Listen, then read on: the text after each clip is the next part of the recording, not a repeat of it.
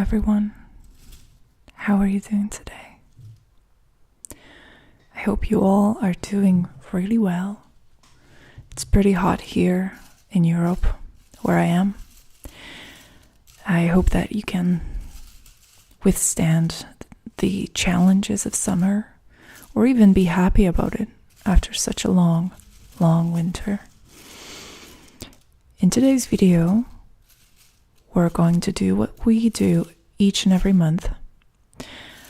I'm going to randomly pick one person's name out of this bowl, and that person is going to receive a reading.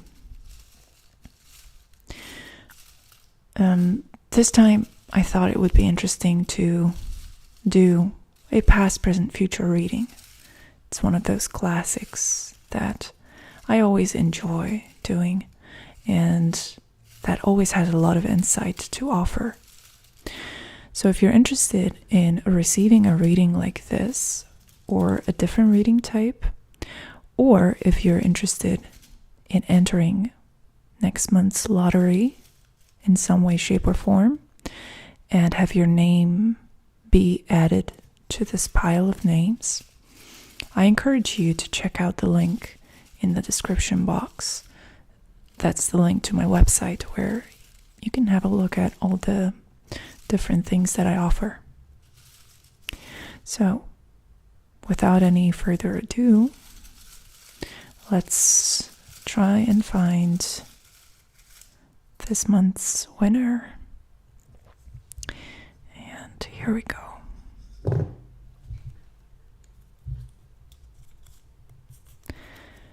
So, this reading is for Anya. Anya has been a long-term subscriber of mine, a long-term supporter of my channel and the lottery, and I think she has already won the lottery once, but that doesn't mean that she cannot win again. So, here it is. Congratulations, Anya. And let's get to your reading. So anyway, I might have been wrong about you having been the winner of any of our previous monthly lotteries, Anya. Let me know. I looked it up, just because I got curious, and I couldn't find a monthly lottery that's been won in your name. But maybe it's just a false memory I have. So let me know if you have won the lottery before. And in today's video, we are going to go back to the classics. One of the most traditional reading types, and in fact, the very first video on my channel is a past, present, and future reading. And in this past, present, and future reading, I would like to expand on our personal reading, which, without going into too much detail because that's private, was about being focused, being, working on your own, being independent, that kind of stuff. So I would like to expand on that a little bit with the help of the cards. I'm using the Osho Zen Tarot for today's reading. And we are going to get started by establishing your current energy.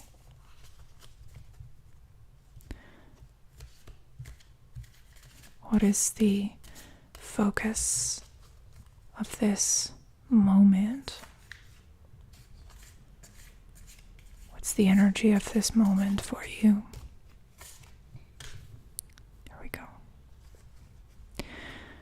Now, let's have a look at the past.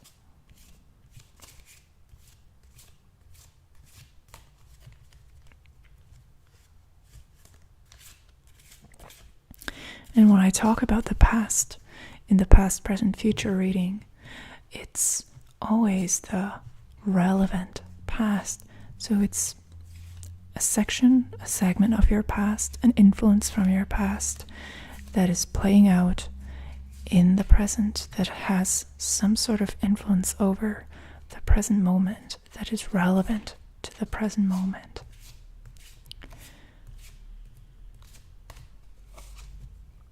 Okay. And let's have a look at the near future. So we're not looking years deep into the future, we're just looking at what's coming next. What's the next thing, the next event, the next influence that you need to be aware of?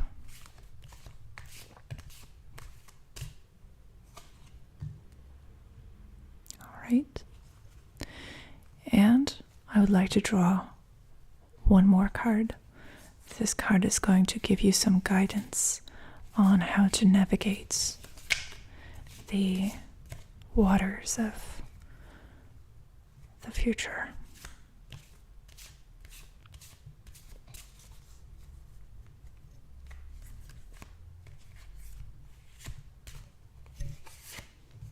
Okay.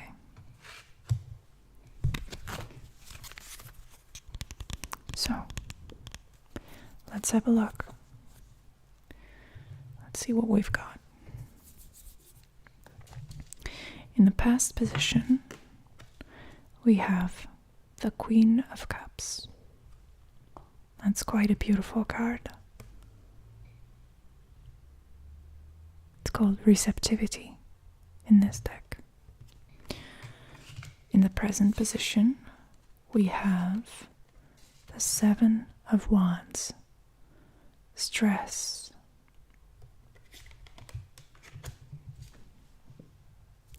In the future position, we have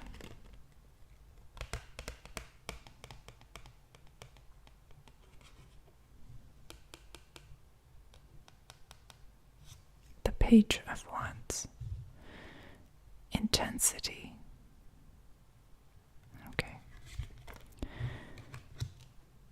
And the advice is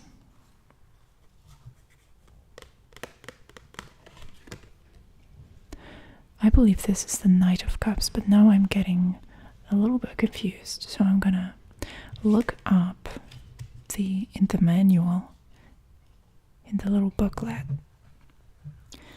Okay, so actually I was wrong. This is the Knight of Wands, and this is the Page of Cups. So the meaning of the reading is becoming a little more clear to me now. And before we even jump into the reading itself, now that I have this booklet open, I would just like to read to you about the Page of Cups, the advice card. So I'm going to read this little section here, if you allow me. The bird pictured on this card is looking out from what seems to be a cage. There is no door, and actually, the bars are disappearing. The bars were an illusion, and this small bird is being summoned by the grace and freedom and encouragement of the others. It is spreading its wings, ready to take flight for the very first time.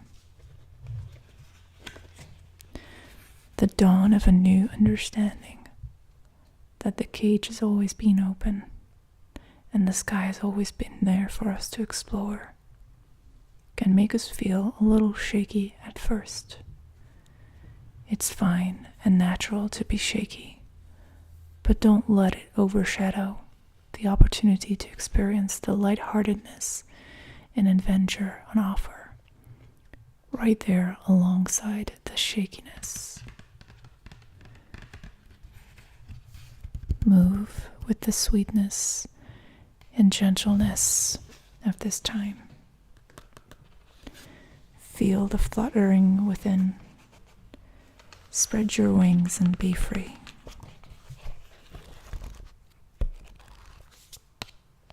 Okay. So ultimately, this reading seems to be accelerating and moving to a point in the future where you're rising up, you're becoming more rebellious. And it all comes from a deep appreciation and love for freedom. So it does not come from a malicious place.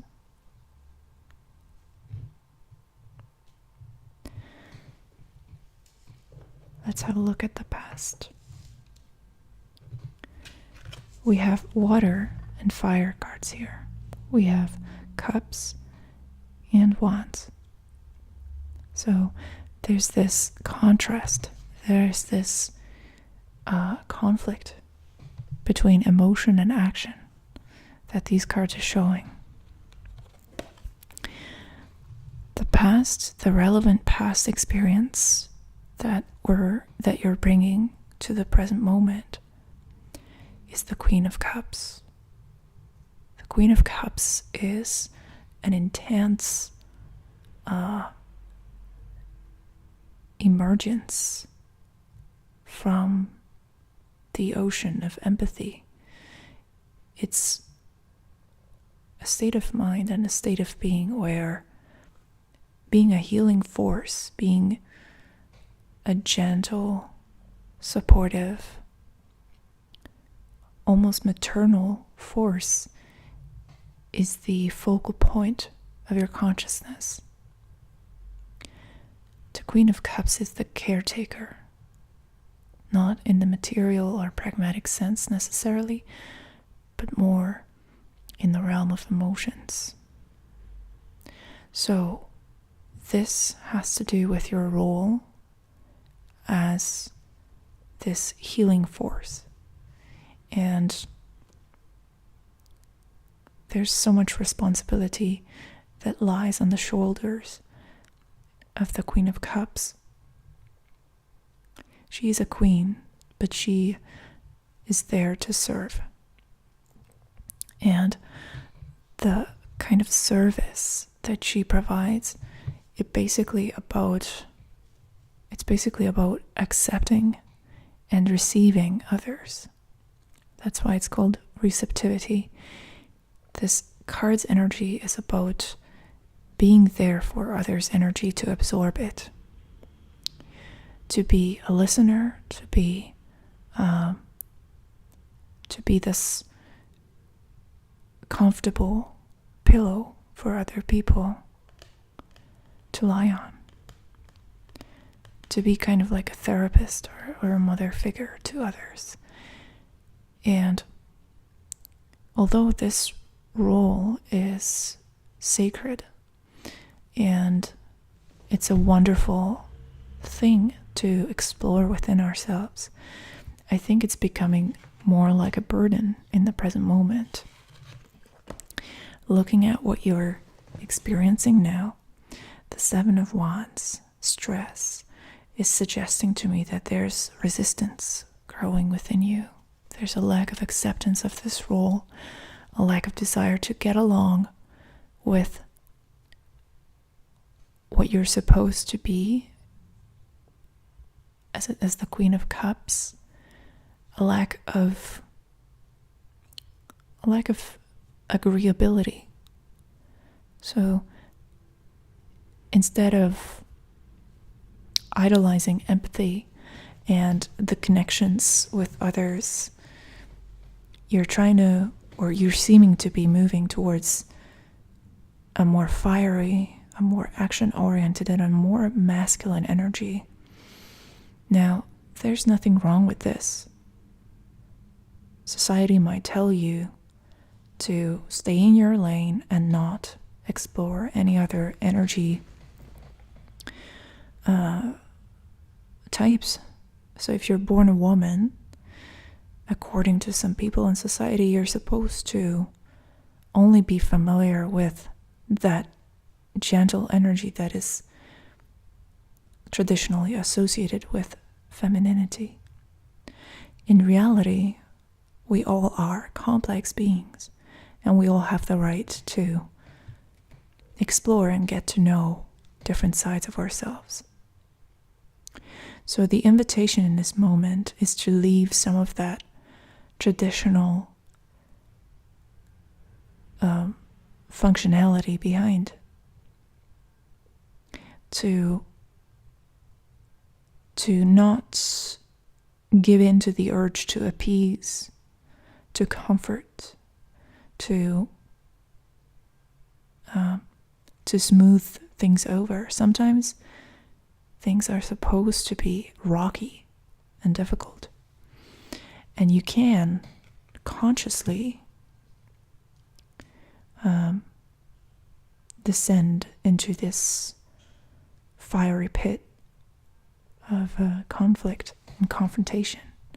So essentially, the cards are saying the best way to move forward is to become more disagreeable in this situation, to defend your territory, to defend your energy. And the card of the near future, the Knight of Wands, is suggesting that you can really take off and you can really turn this momentum into creative fuel for further travels into your own consciousness. You can use this as food for your imagination, for your creativity, for your creative power. You can use this intensity, this harmony that exists in the present moment. You can use it to your advantage. You can use it as a resource, an energy resource. And the advice, basically, with the Page of Wands, the Page of Cups, understanding, is that moving forward, perhaps the best way to place your compassion and your natural tendency to empathize is towards yourself. There's a lot of acceptance, a lot of understanding, a lot of patience that's needed, that you can utilize, that you can direct at your own self. And so the Page of Cups is a reminder that you are still learning here. The energy of the pages is always a sort of a beginner energy, a humbling energy. So when it comes to emotional regulation of the self, of your psyche, the tendency or the urge, the compulsion might be to move towards solutions where your energy is being sacrificed for the good of everybody involved, for the good of the situation.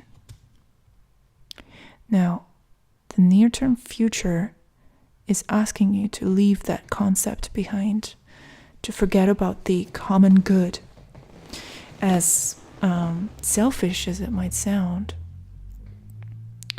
to go your own way and break even your own rules if necessary in order to break free.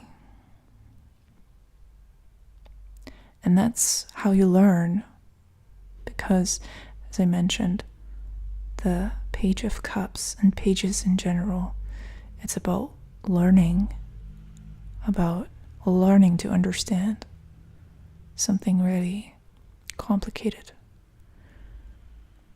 So that's how you can learn to exist within the world without having to sacrifice yourself, without having to surrender what's important to you, without having to give up who you are.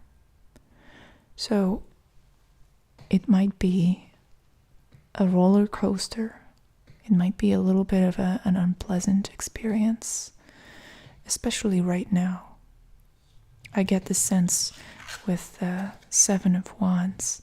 If you look at this image, I'm sure you can tell what is going on. There's just a lot of factors going on in this picture. Just a lot of uncertainty, a lot of challenges left and right, a lot of things to be aware of, be mindful of.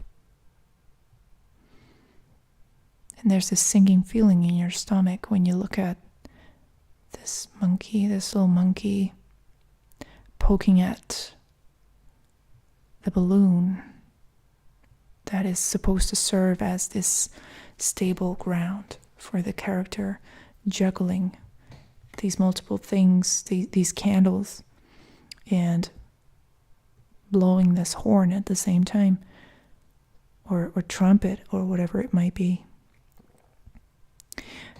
And so it's almost like what is required of you in this present moment is impossible to fulfill. And so your best and only choice and healthiest choice is to rebel, to go in the direction of disobedience.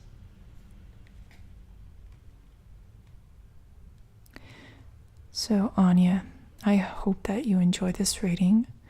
And to everybody else who decided to follow along with us, thank you so much. Please subscribe if you aren't already. And I hope to see you all in another video soon. Bye-bye.